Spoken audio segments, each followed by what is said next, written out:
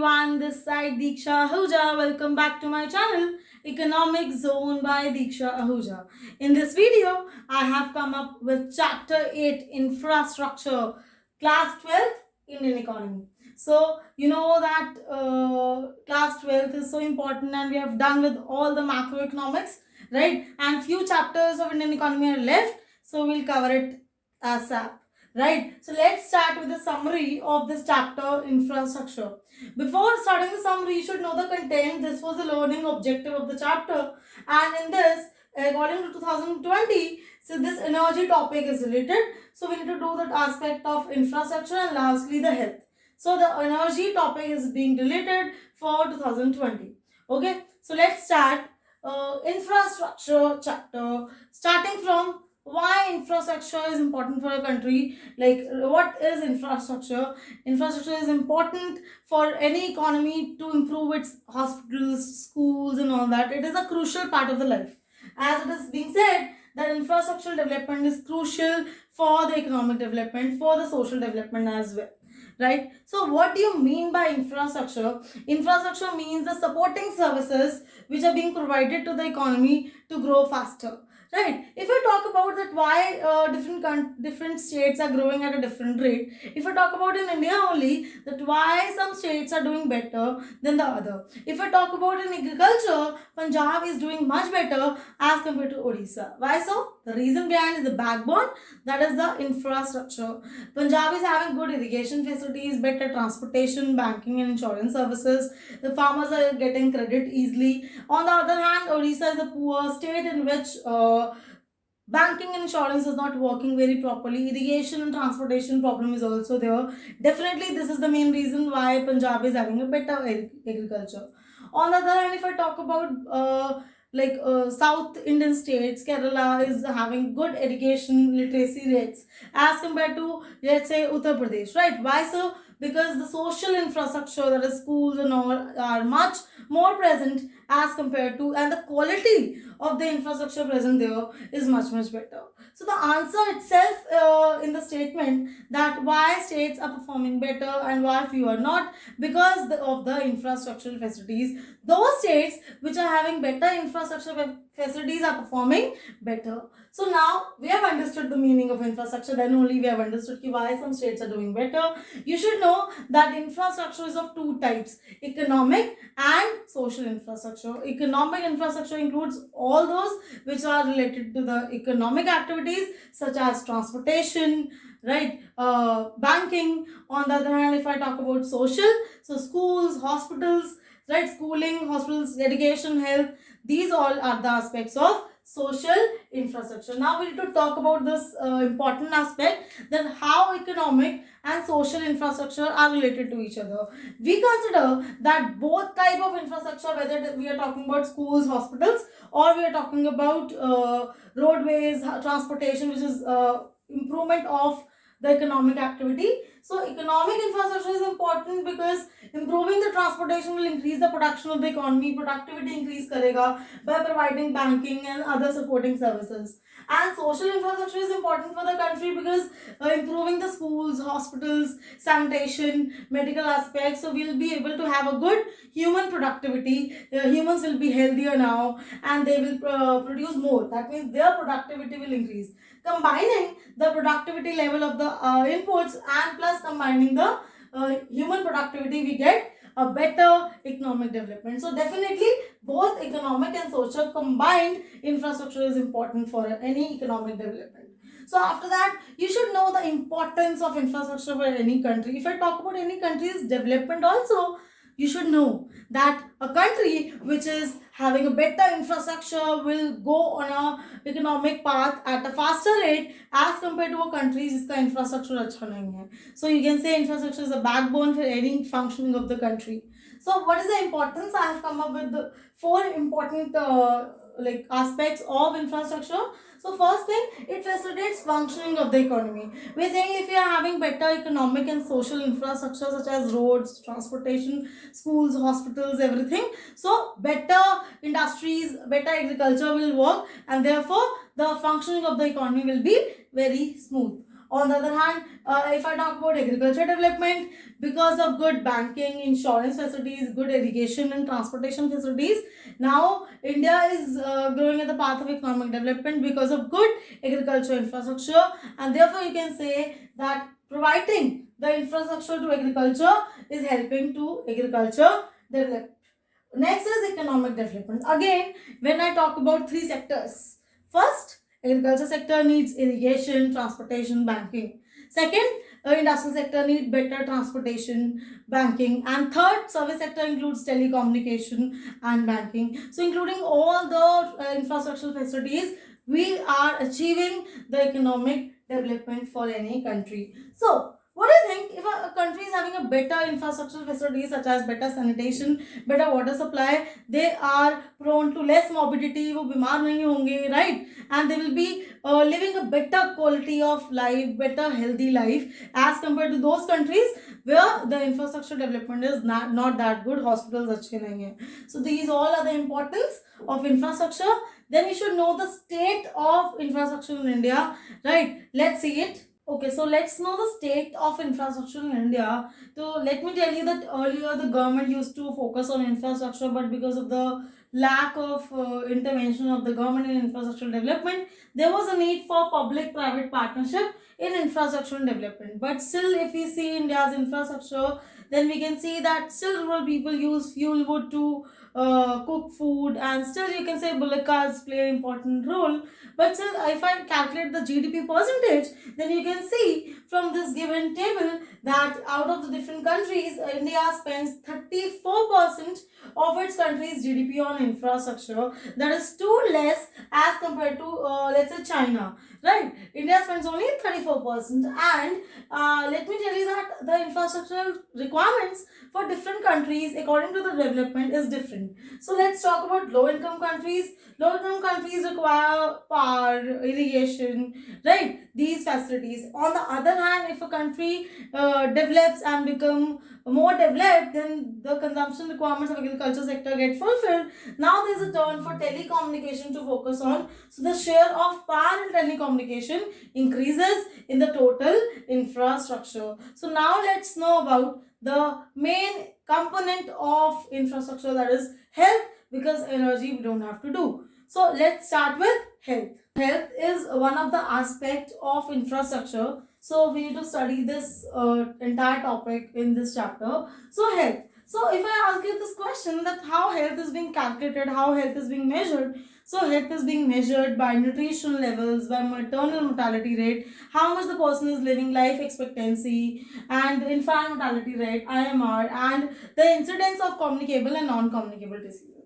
Right, this is how the health can be calculated, and the health infrastructure includes the availability of doctors, nurses, bed, equipments, right? All these aspects are known as health infrastructure, and not only presence of these health infrastructure is required, apart from that, accessibility of these health infrastructure to all the people is very important. So let's talk about who is the person since independence, who is the which is the policy being used for health and improving health infrastructure, that is Central Council of Health and Family Welfare. This is the plan being focused for improving the health infrastructure since independence. So we should know that how much the government health expenditure has improved. So I would like to tell you that over the years there is a proper increment of health infrastructure, especially the governments, right? If I talk about dispensaries, just have a look at it as a jump of 5 lakh. And if I talk about the hospitals, the dispensaries, there is a good jump in all the figures over the years, right? Apart from that, if I talk about what three types of system that is being prevailing for health infrastructure is three-tier system, which is named as PHC, SHC and THC, that is primary healthcare, secondary and tertiary. So what is the difference between these three? Primary healthcare means all those centers where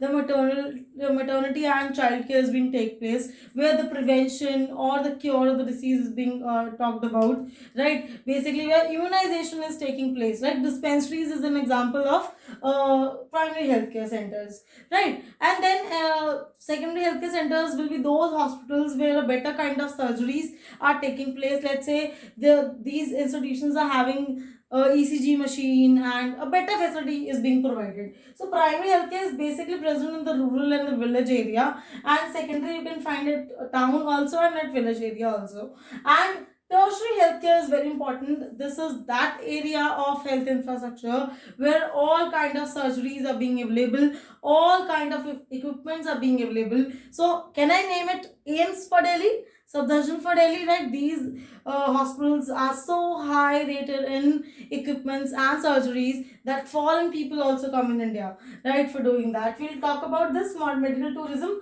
but before that, let's talk about the private sector. Now that how private sector is focusing on health infrastructure over the years. If I talk about over the entire country, 70% of the hospitals are owned by private sector. And if I talk about the beds, so of the entire beds, 2/5 of the beds are being provided by private sector. And dispensaries, 60% dispensaries in the country is being provided by private sector. And if I talk about the inpatient and outpatient services, 80% of the outpatient clinics and all being focused by private sector, and hospitalization only 46%. That means the remaining 54% goes for the public hospitals because of lack of money and everything. So you should know this word quack. What are quacks? These are the non-registered private sector doctors who are not registered, right, but still playing the role of the doctors, right? You should know that this word quacks. So let's move forward with the content. Let's talk about the medical tourism in India. So medical tourism means when the other country people, the foreign people are coming to the country for improving their health, for the surgeries. So India is known to be a good medical tourism place because in India good medical equipments, medical tools are available, plus qualified professionals are present, and that too at a cheaper rate as compared to the same surgery being costed in some other country. Right, so definitely the foreign people want to come in India, such as the government hospitals in India, that is in Delhi, provide those surgeries at a very cheaper rate as compared to the other countries. So this is medical tourism. Then you should know about the Indian system of medicine. As you know that India is famous for Ayurveda. So this Ayush is very famous in India. Ayush means the component, 6 components of this Indian system of medicine says that Ayurveda, Yoga, Unani, Siddha, and neuropathy and homeopathy, right?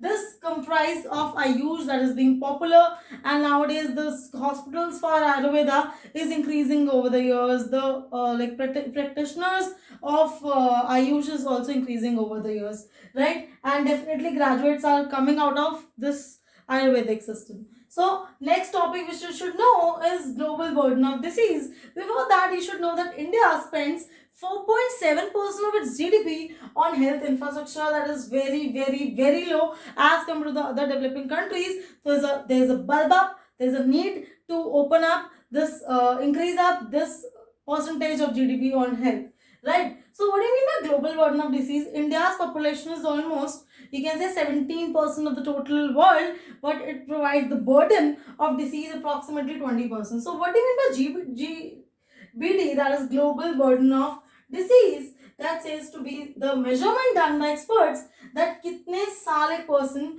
उस disease में उसने spend किए हैं, plus the person dying prematurely, kitna prematurely that person is dying due to that disease, right? This is known as, the combined burden is known as the global burden of disease. After that, I need to talk about the divide, the rural-urban divide, because it will come after 1 minute also, that in India, there's an unequal distribution of health infrastructure, because in rural area or in urban area, or for rural people, for rich people and for urban people, for poor people, there's a distinction of health infrastructure. If I talk about what facilities are being provided, more than 60 to 70% of the population is still in villages, but सिर्फ कितने hospitals हैं? 20% hospitals are present and 50% dispensaries are present. Only out of the total beds, 30% beds are present in rural areas. So one very important aspect, that for 1 lakh people in rural area, only 0.36 hospital is present. Indirectly, you can say that for 3 lakh people, you can say एक hospital वहाँ पर present है, right? So much high density is there. Right. On the other hand, if I talk about the rich poor divide, then the poor spend 12%. अगर एक person 1,000 rupees earn कर रहा है, उसका 120 rupees, that is 12% is spending on the health, and on the other hand, rich is spending only 2% on the health infrastructure, on the health expenditure. Right? You should know this thing. Let's talk about the women's health. So we know that women constitute half of the population of the country, and women health is very important for any country because women are playing a greater role nowadays. We need to know that what are the health problems women are facing. So you should know that the child sex ratio has declined over the years to 914 till 2011 because of female foeticide, right? But still nowadays the condition is improving. And you can say 3 lakh girls who are not all also 15 are married in India and have born a baby also, right? And maternal deaths have increased because of the iron deficiency. The female between 15 years to 49 are more prone to iron deficiency and therefore leading to maternal deaths. And abortions is also one of the cause for female morbidity, that is illness and mortality rates of women, right? So these are the aspects we can talk about women are being tolerating. Then the last topic of the chapter that you should know is the deficiencies of the health infrastructure. That means what all things we need to improve. The very first problem is inequitable distribution of health services. The health services is not equally distributed. If I talk about, I just talked about the rural area is just having 20% of the hospitals, given the fact 70% of the people are living there. So definitely there is a need to improve the health infrastructure in rural areas for poor people, right? Next, poor sanitation facilities. More than, like, if I talk about either in rural or urban area is 30% urban area people are not having toilets at their home. So there's a need to improve the sanitation facilities. Still, every year 12,000 graduates pass out from the medical college. Then also there's a lack of manpower in health sector, and because private sector alone is inadequate to do the health services, there's a need for collaboration of private and public sector so that a better coordination, a better health infrastructure can be formed. Here comes the end of the chapter. This was a summary of chapter infrastructure. So today's video is over. Till then, bye bye.